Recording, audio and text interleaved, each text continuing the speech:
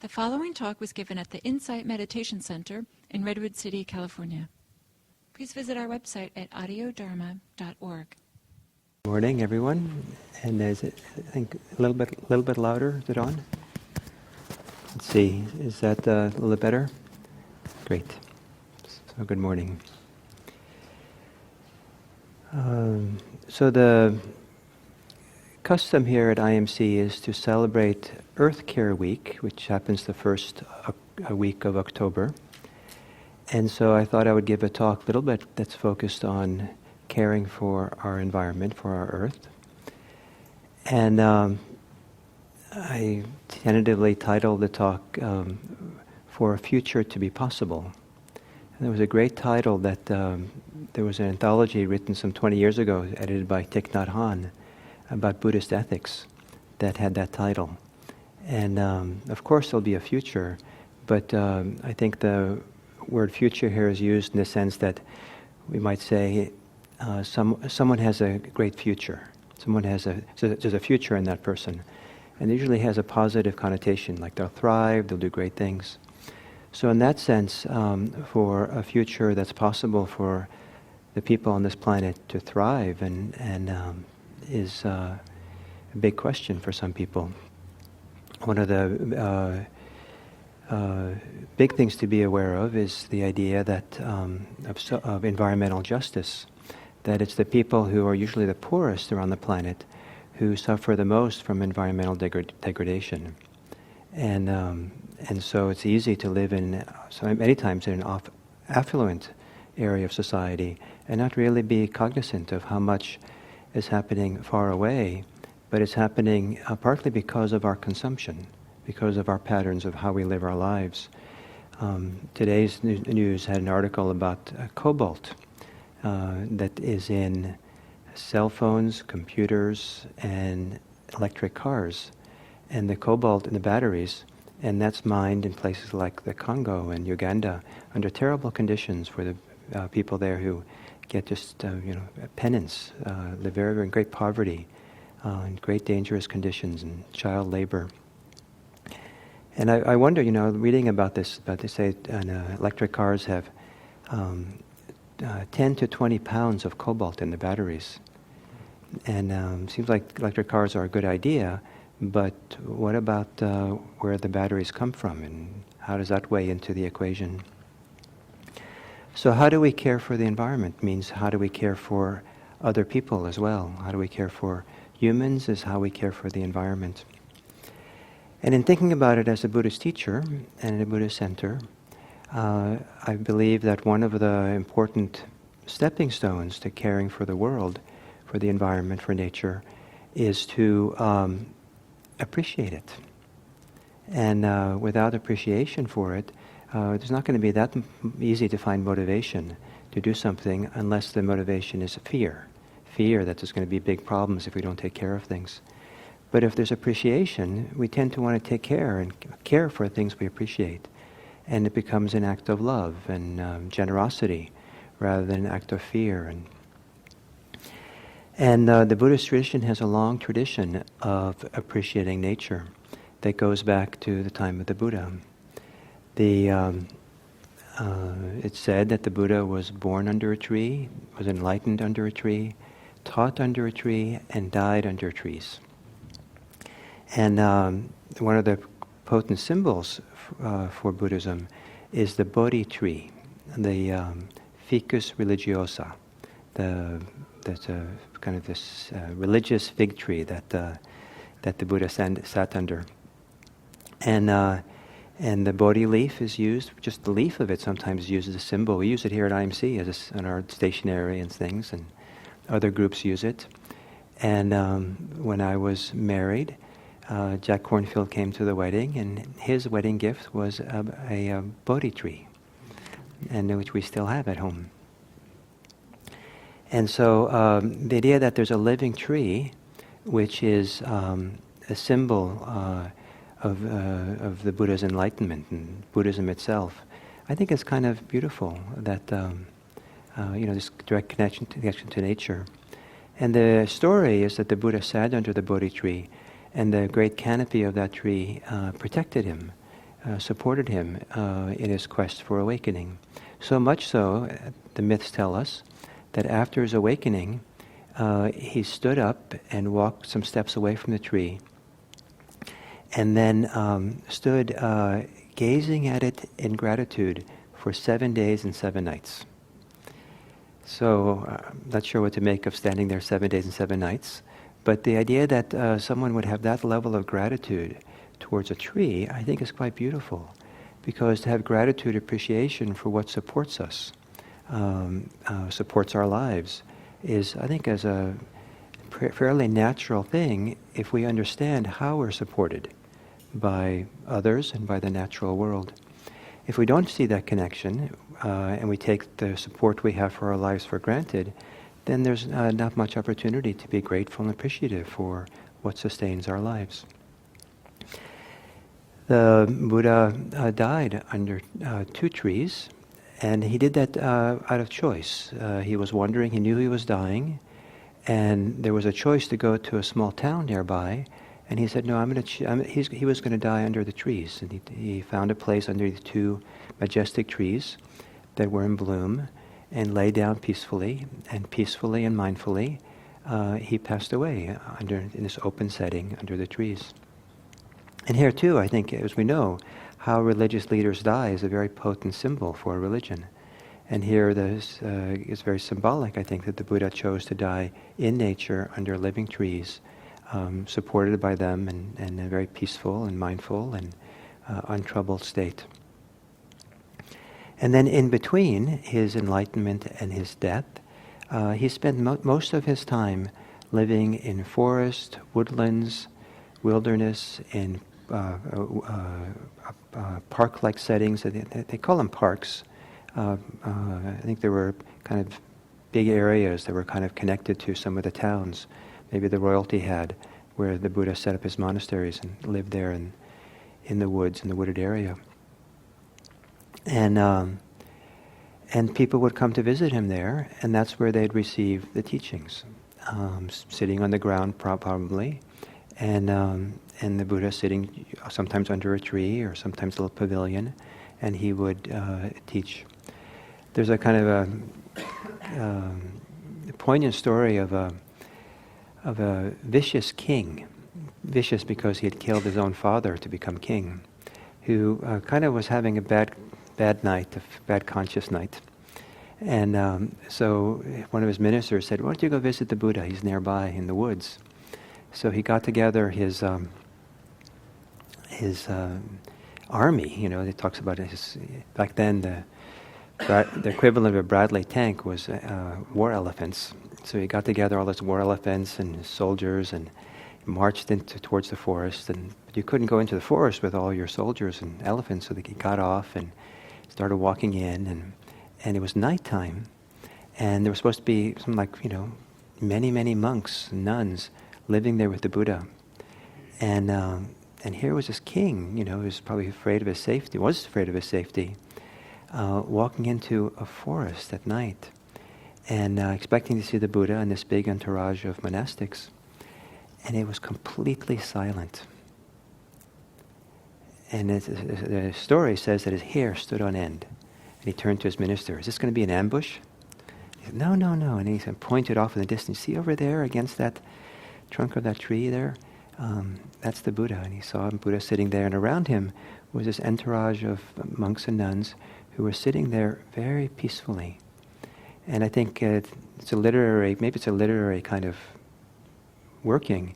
This man who fights wars and kills people, encountering people sitting peacefully in the forest, very silent and still. Quite a contrast.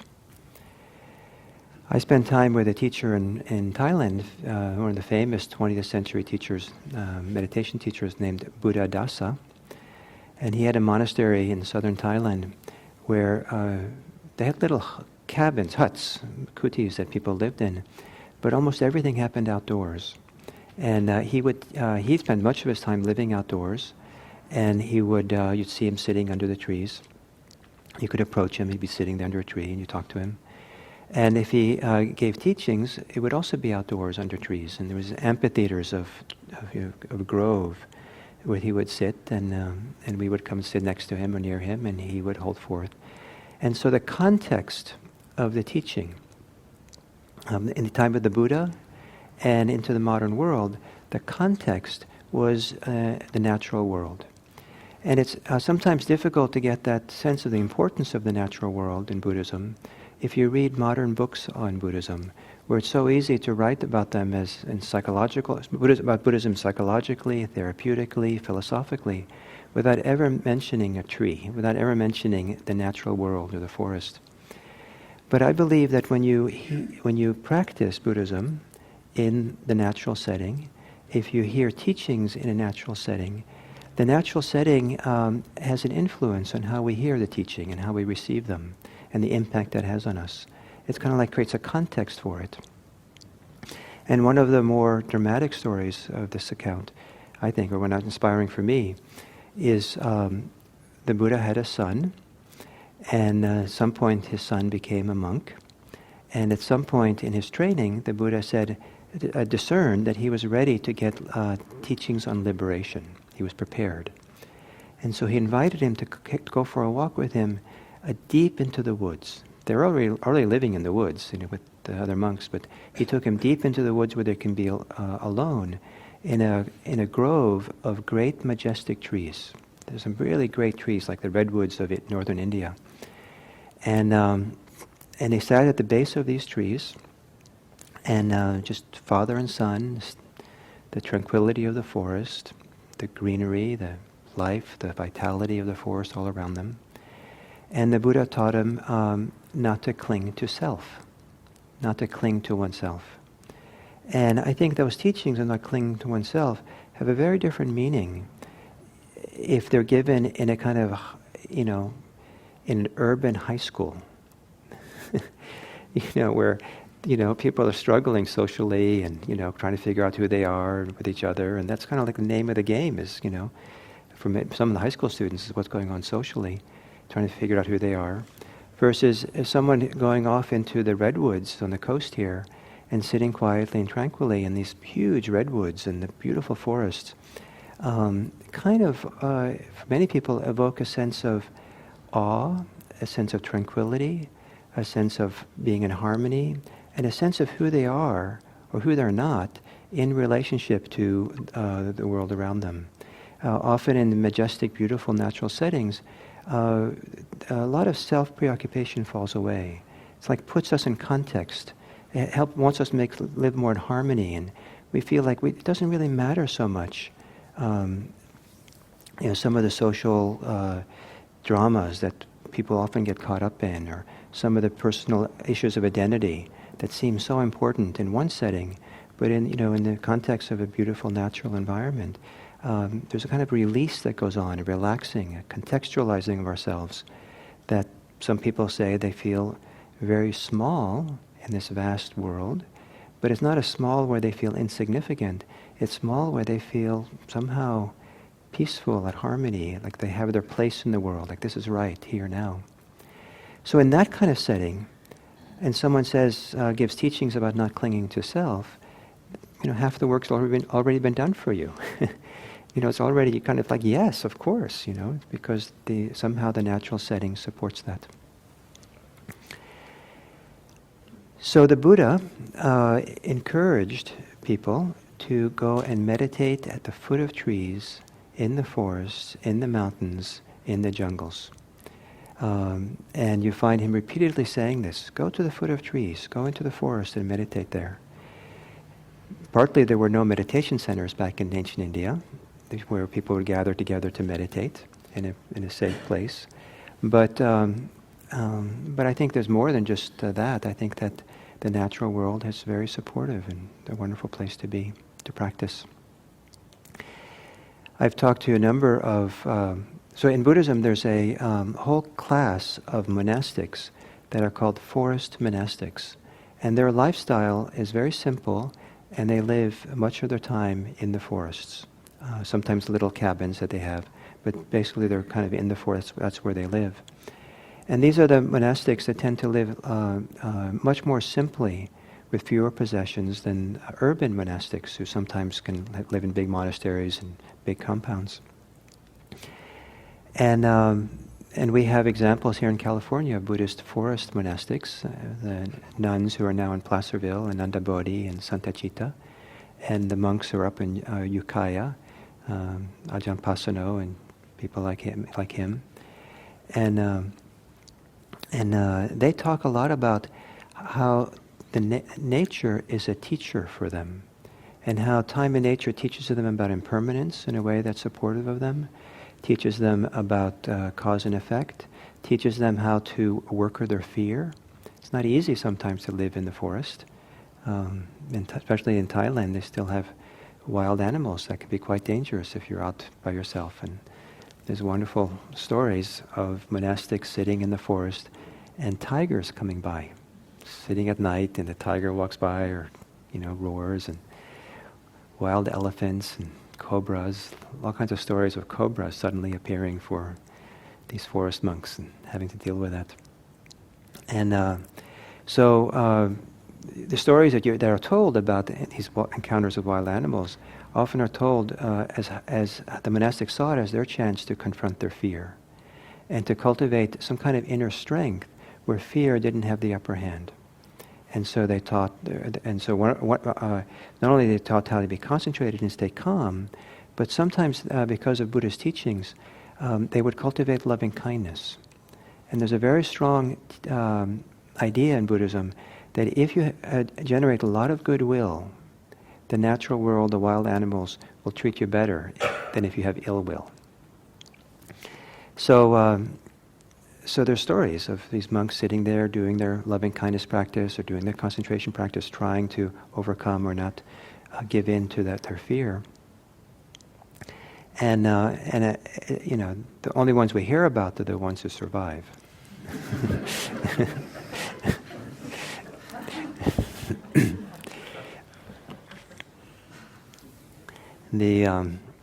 So for some people it works out well. But I remember there was a woman who's part of our community here many years ago when we used to teach in Boulder Creek near, in the woods there.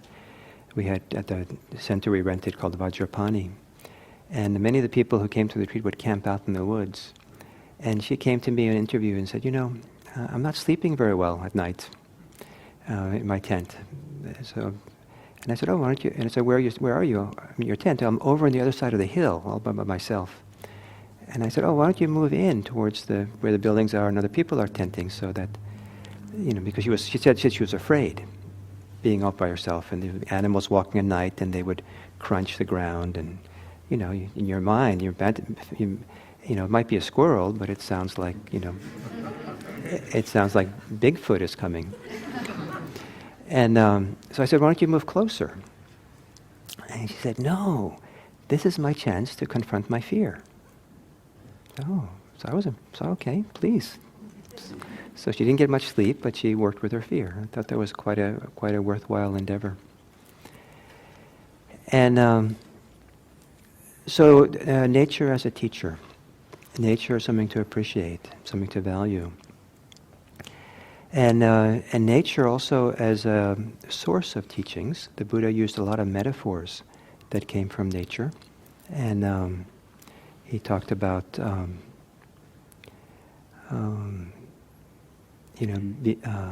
the path of practice like a mountain stream flowing downriver.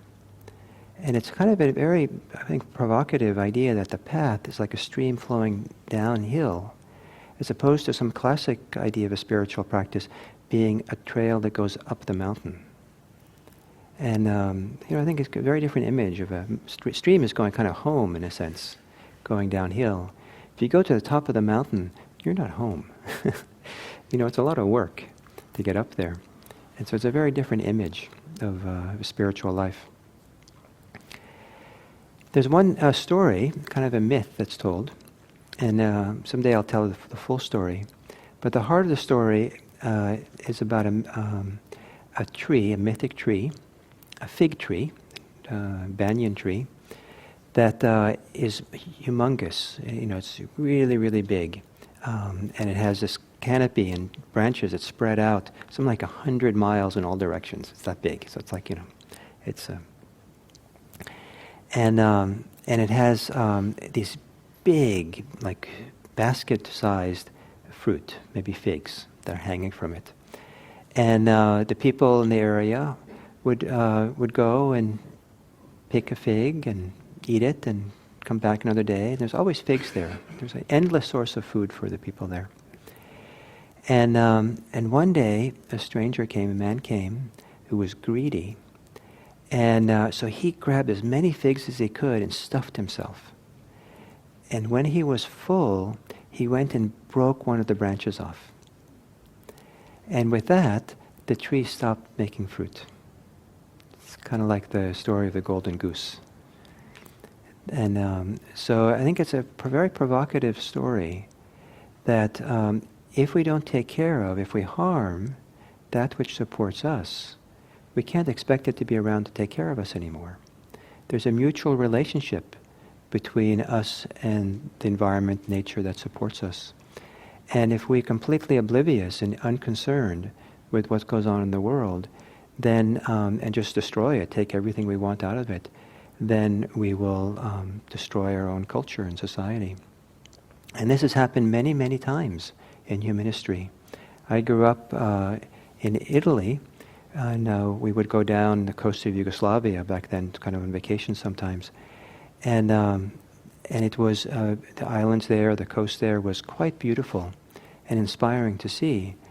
But then I learned about the history of that coastline and how in 2,000 years ago it was heavily forested and had lots of soil. But it was clear cut for harvest for wood, to build Rome, for the kind of farming they did, and all the soil got washed into the sea, and it became bare rock. Certain kind of beauty, but no longer able to sustain people. And there's many civilizations in the history of humankind where they overextended their clear cutting, their farming, cutting down trees, and it changed the local environment in such a way that no longer sustained life. And now we come to a time in our human history where that's happening in a bigger and bigger scale, and so we're in a sense we're cutting the branch of the great tree. In the mythic story of the great tree, the fig tree, the Buddha said its name is good support. Good support, and so if you kill that which supports you well, or if you break it or harm it, watch out. It might no longer take care of you and support you. So I think it's probably pointless to tell people, take care of our planet, take care of our Mother Earth, as an admonition. But I think that if we can learn how to love it more, appreciate it more, and feel it really that it's us we're caring for, us as a human society, human family, and that we're all in it together. That there's not a real separation between the well-being of our planet and the well-being of ourselves. We take care of ourselves when we take care of the planet. We take care of the planet when we take care of ourselves well. And we do it out of love. We do it out of appreciation, not out of greed, not out of strategy of how to get the best possible life for ourselves and kind of, strategize around how to care for the environment so we can get the most possible, goods or highest possible lifestyle. But I put my most hope in appreciation and love for each other, and love for our world that we live in, and then the care will come out of it. And the final thing I want to say is that Buddhism, kind of one of the core words for Buddhism is the word Dharma. And Dharma often is just translated as teaching. Sometimes it's translated as truth. And but it could also be translated as nature. And the truth and nature kind of, it's kind of interesting. All these kind of come together into the same word. And the Dharma that we see inside of ourselves is the same Dharma that exists out there. That the nature that's in us is out there, the nature is out there, is in us. And in a wonderful way, it can be said that if we care for the natural world, we are nature caring for nature. If the natural world supports us, it's nature supporting nature. It's that closely connected and intimate, this world. And I think if we feel that intimacy and feel that connection, just like you would feel the connection between your right hand and your left hand when you wash your hands, mutually supportive, that if you really feel that kind of connection, then I think that it becomes a delight and a joy to live a lifestyle that is caring for the world around us. It's not an obligation. So I will encourage you all to go sit at the foot of a tree. Go and meditate in the forest. Even if it means simply going to your local park and meditating on the bench. Or going up here to the local hills where they have the open space preserves. And some of those have benches along the trails. You don't have to go very far to find one. Beautiful places to go sit and quietly meditate and see if it's true.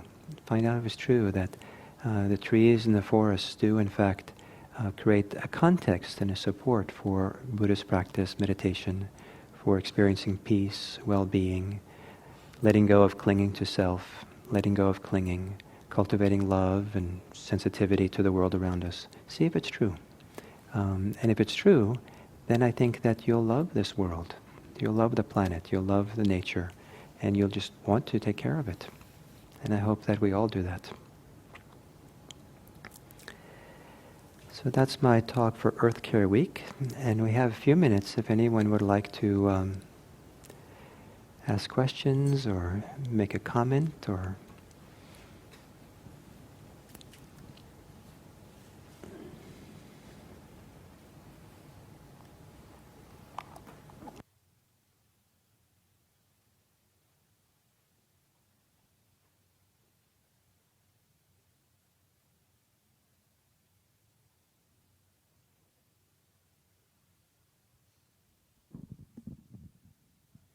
I'm drinking this water, and one way to drink water is to see the Sierras in it. We have, with the water we have here in Redwood City comes from Hetch Hetchy in the Sierras, and see the mountains that used to have snow, and glaciers that are receding up in the Sierras, and the water flowing down the hillside into these beautiful reservoirs that have destroyed great valleys. And it's quite something that we're blessed with some of the best water in America that comes from these beautiful places up in the Sierras. And so to drink water and kind of have a sense of where it's coming from and appreciate it.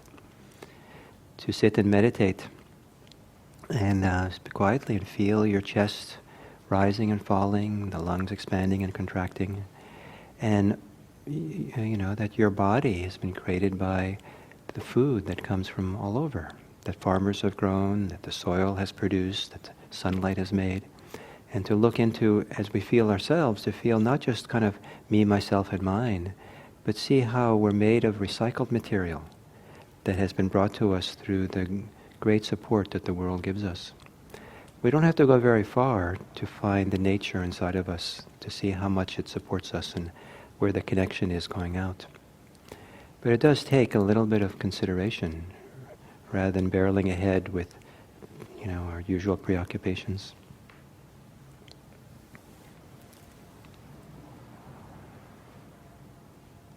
So no comments or questions? Yes.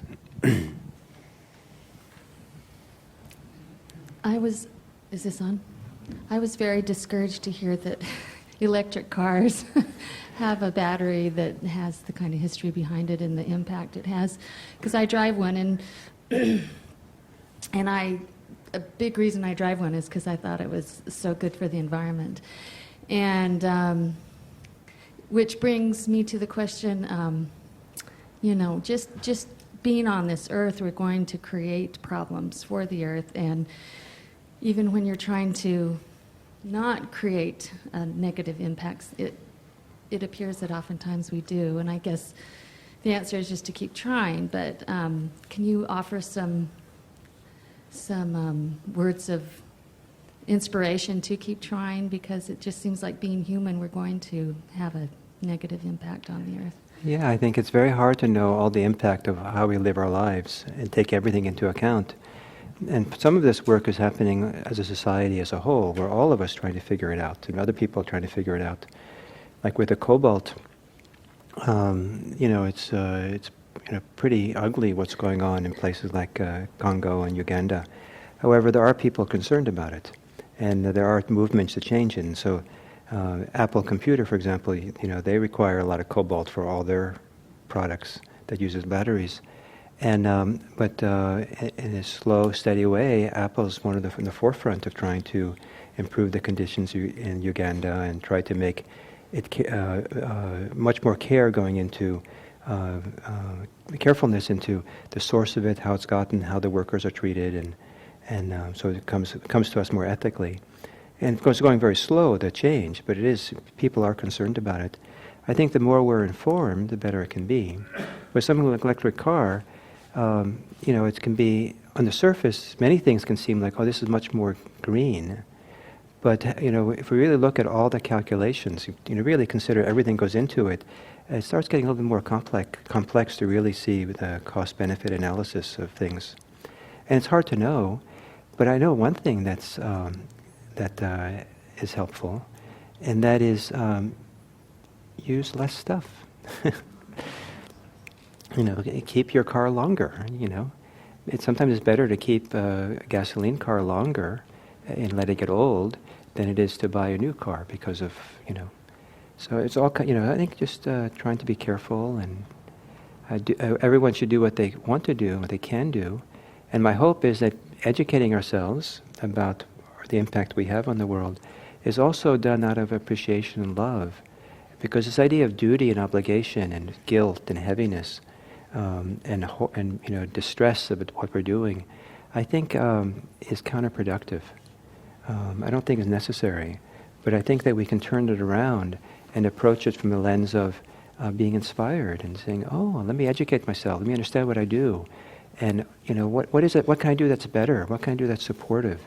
And what can I do to make a difference out of a certain spirit of generosity and love, as opposed to fear and distress? I think that that supports everyone if we act from that positive orientation. So those are my thoughts in reply. I hope that they were relevant enough.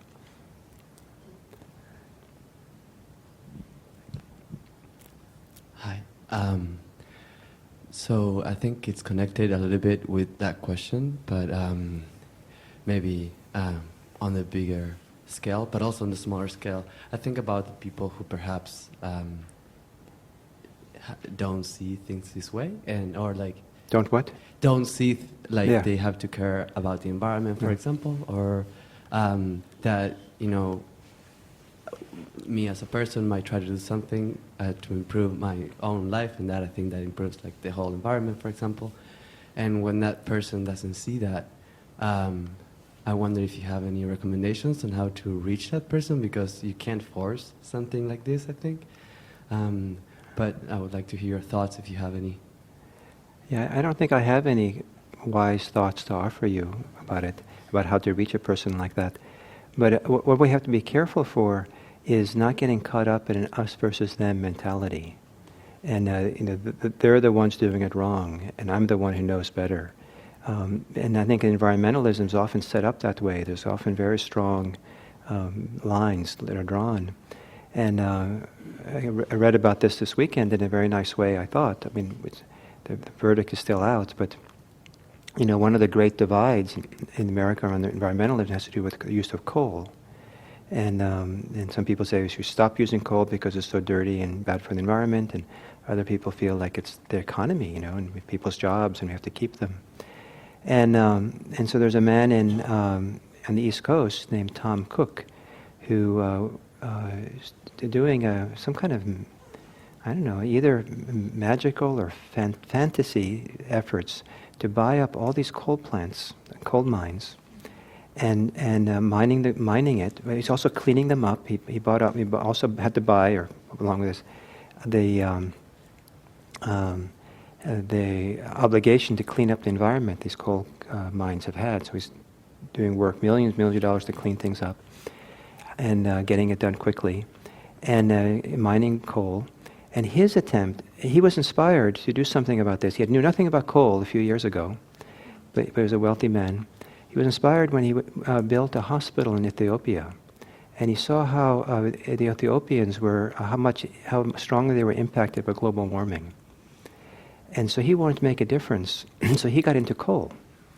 And so his business model is he wants to plant 1 million acres of trees in Mississippi to offset the production of coal and the use of coal, so that somehow it comes into a balance, the carbon footprint. And but that requires people to pay more money for the coal that he's selling, which is not a great business model in the American economy. So it's unsure exactly how it's going to work out, but he's going gangbusters to make this work. And I bring this up as an example that rather than being it's either or, that sometimes what helps is to find the middle ground, or find the alternative that maybe is a solution to go forward. And so this man, Tom Cook, is trying to find that, an alternative that that works for both sides. So I think look for the middle ground, look for the commonality. It's always good to try to understand someone else before you try to correct them or criticize them. And because if people feel understood, then they're willing to listen to you. So I think most people have a lot of the same concerns of their own safety, their well-being, their care for their family. And if you kind of understand people, then sometimes it's easier to find common ground.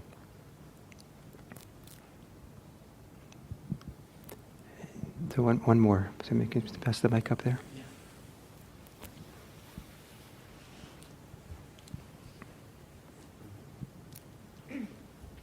Hello? Yeah. Hi. I like what you said about taking what you need. I think that's key. But how do we decide what we need? Do we need a bike? Do we need more than one pair of shoes? It's a good question. It's a very good question, especially in an affluent society here. What do we need? And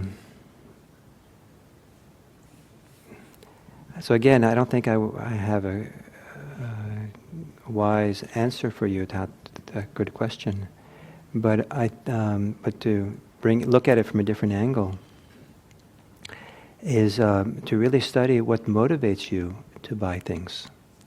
To understand what the motivation is, and to discover how to be at a deep sense of inner peace and contentment and well-being that's not dependent on having shoes, for example, since you brought up shoes. And so then what motivates you to buy shoes? I talked to a friend yesterday who said that she had gone to buy shoes and pay less, because she discovered some years ago these shoes that were super comfortable for her. And she wanted those comfortable shoes, and it turns out they were on sale for $10. And so she got it for comfort's sake. I know, and I don't know what these shoes look like, but she was motivated by the comfort.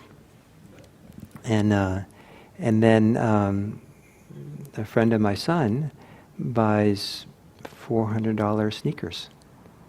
What does a teenager need $400 sneakers for? What's the motivation for that? Is an interesting question. Is it so? So anyway, for us to discover, maybe it's through some meditation, how to have a deep sense of contentment, well-being, peace, love, happiness, that's not dependent on things. Then we're not going to be buying things and using things in order to try to be happy, because we're already happy. So.